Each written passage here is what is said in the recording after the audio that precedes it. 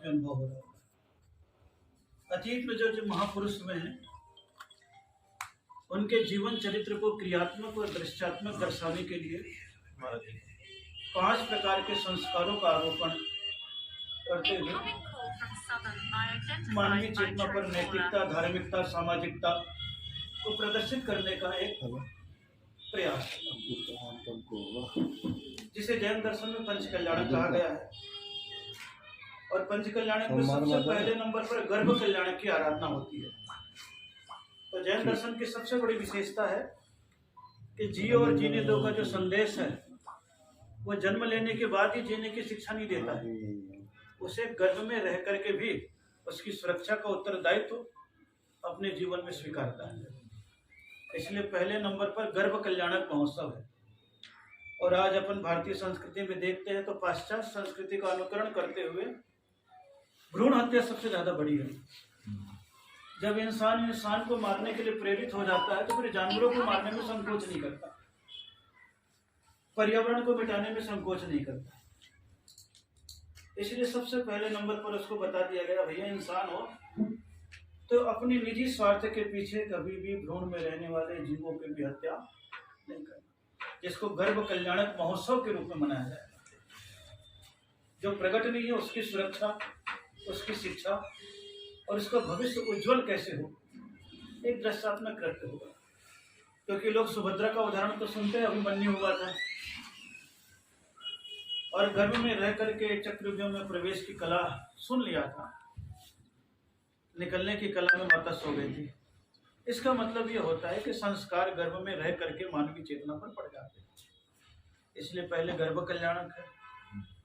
जन्म के पश्चात उसकी मानवीय प्रवृत्ति, सामाजिक आचरण, नैतिक व्यवहार और राजनीतिक रूप से जो सम्राट होते हैं वो देश का संचालन किस प्रकार से करें जिसमें प्रजा पर सुख हो, वातावरण में सौहार्द पनपे, धार्मिक सहिष्णुता का जागरण हो, उसके लिए जन्म कल्याणक महोत्सव का रूप होता है।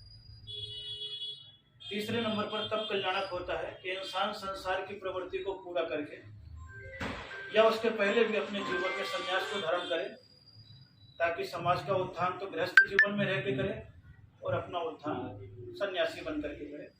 उसको तब कल्याणक के रूप में स्थापित किया।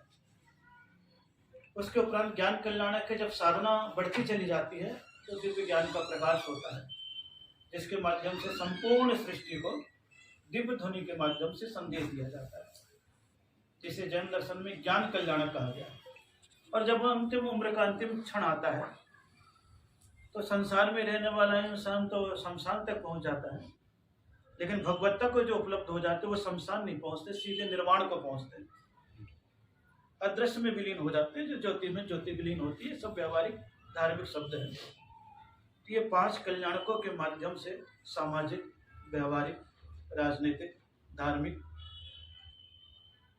ये सारी की सारी शिक्षाओं को 5 दिनों तक यहाँ पर दृश्यात्मक, कृत्यात्मक, उपदेशात्मक प्रस्तुत किया जाएगा, जिसके लिए एक महान आयोजन मुनि सुब्रतनाथ भगवान का पंच कल्याण किया गया।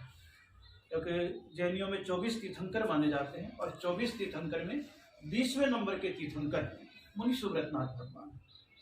और ये सभी जगह चलता है कॉन्सेप्ट, जैसे इधर चलता है 24 अवतार, तो जैनियों में 24 तीर्थंकर माने जाते हैं। उनका एक पंच कल्याणक प्रतिष्ठा महोत्सव सकल दिगंबर जैन समाज, संपूर्ण जैन समाज शामली के बड़े उत्साह के साथ यहाँ पर मना रही है, जो आप सभी लोगों को इसलिए इनवाइट किया गया है। ये सबको मालूम है, हम लोग तो 4 दीवालों में कैद हैं, हमारी बात वहीं तक रह जाएगी, लेकिन आप पत्रकार हैं तो चारों दिशाओं में इस बात को प्रसारित कर सकते हैं।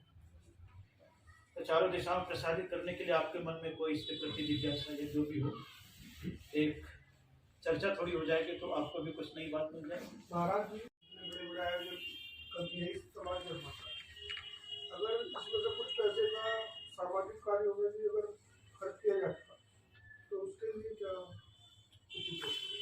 प्रेरणा दी जाती है कि धार्मिक कार्य करें, क्योंकि सामाजिक कार्य तो सरकार बहुत करती है। जैन समाज संपन्न कम है, उदार ज्यादा है, इसीलिए सारा आयोजन स्वयं कर लेती है।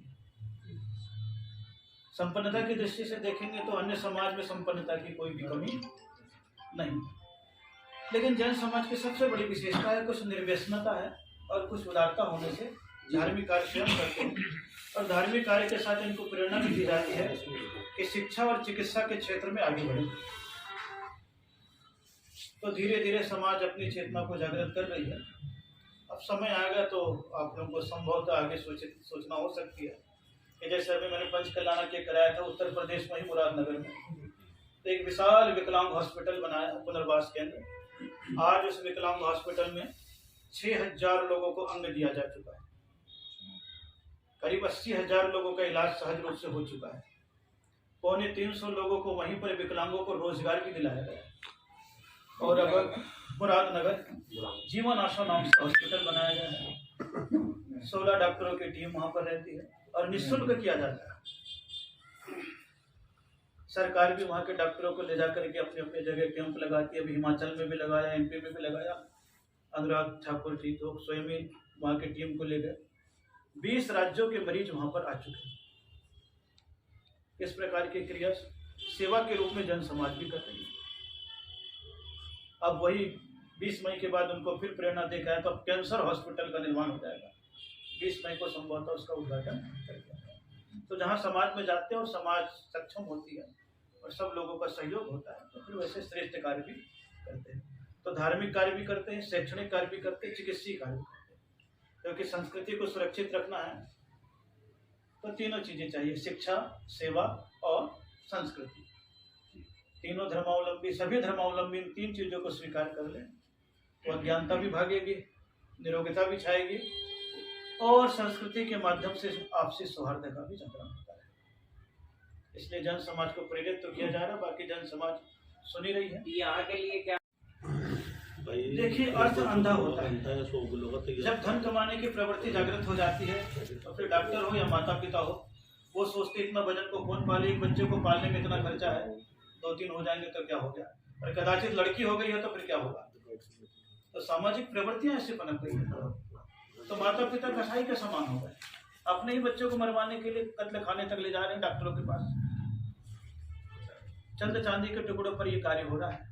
महाराज जी, सरकार प्रयास भी कर रही है लेकिन फिर भी सबकी इच्छाएं ऐसी होगी 1 या 2 बच्चे, तो स्थिति की गंभीरता को आप सभी लोग समझ रहे हैं। महाराज जी, पिछले 10 सालों में धार्मिक आयोजन बढ़े हैं और देखा जाए तो बहुत ज़्यादा धार्मिक आयोजन हो रहे हैं, लेकिन जब जैन मुनि या किसी भी हम मुनि के पास जाते हैं तो वहाँ पर प्रवचन सुनते हैं, लेकिन यही लोग, चाहे वो व्यापारी हो, डॉक्टर हो, पत्रकार हो, वो बाहर जाके अपनी जिम्मेदारी निर्वहन नहीं करते। तो ऐसा क्या है जी कि वे यहाँ पर तो अपनी बात सुन लेते हैं और बाहर जाके वे विचलित हो जाते हैं।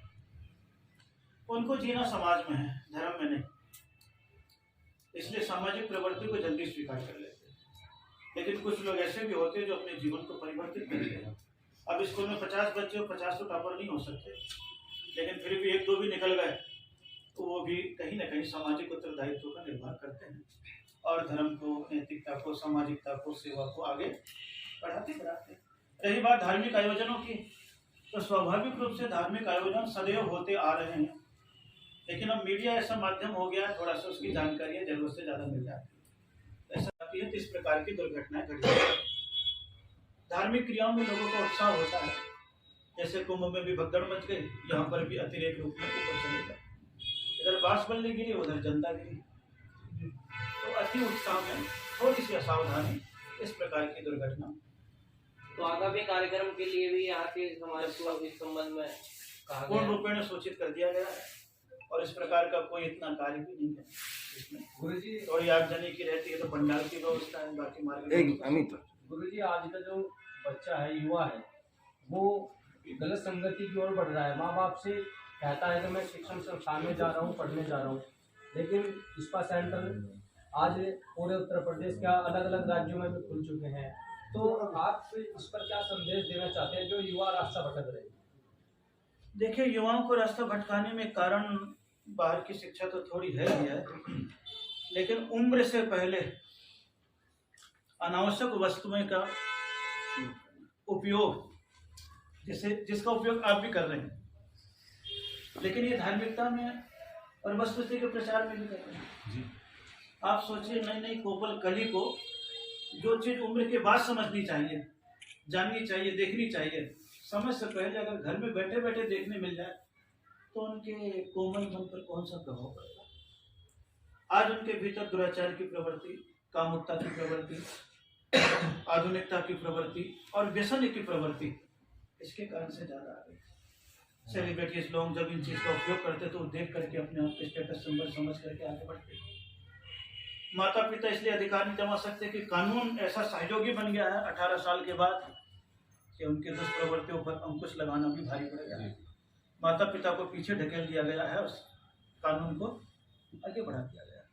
इसलिए थोड़ी सी बच्चों में प्रवृत्तियां पनप रही है। लेकिन स्कूलों के माध्यम से जैसे गुरुकुल में 12 वर्ष तक किसी प्रकार के दुर्व्यसनों को स्वीकार करने की पाबंदी थी, उसी प्रकार +2 तक पूर्ण रूपेण प्रतिबंधित कर दिया जाए, अनुशासनबद्ध कर दिया जाए, तो शायद शिक्षा क्षेत्र ऐसा क्षेत्र है जिसके माध्यम से नई पीढ़ी को सुसंस्कारित, सुव्यवस्थित किया जा सकता है। संभव है, लेकिन उसके लिए हार्दिकता के साथ सत्ता को भी प्रयास करना है, समाज को भी करना है, अभिभावक को भी करना है और शिक्षा प्रणाली में भी कुछ न कुछ नैतिक परिवर्तन लाने की आवश्यकता है। जी, जैसा सरकार ने ये नीति बना लिया है कि ये बच्चे जो आप 12 तक के बता रहे हैं उनको ऑनलाइन पढ़ाई मिलती है, तो ये यंत्र काम आता है। और क्या बच्चों की शादी होने के बाद विवाह विच्छेद कम उम्र में हो जाना, ये भी एक मुख्य वजह है? कम उम्र में विवाह विच्छेद कम होते हैं, अधिक उम्र में शादी करने वाले ज्यादा विवाह विच्छेद करते हैं, क्योंकि परिपक्व मानसिकता अहंकार को जन्म देती है। आज विवाह में गृहिणी को लाने की चेष्टा नहीं कर रहे, आप पार्टनर को लाने की चेष्टा कर रहे। मेरा जो भी है इतनी तनख्वाह है, ऐसी जॉब वाली मिल जाए। या लड़के कम पढ़े लिखे हैं, लड़कियां ज्यादा पढ़ी लिखी है, तो वो सोचती है मैं कमा रही हूँ, घर के लिए खर्चा क्यों दूं। ईगो, अहंकार टकरा जाता है। उम्र के बाद मुड़ने की कला नहीं होती है, मोड़ने की कला आ जाती है। इसलिए दोनों की अहंकार की टकराहट तलाक के रूप में आगे बढ़ गई है।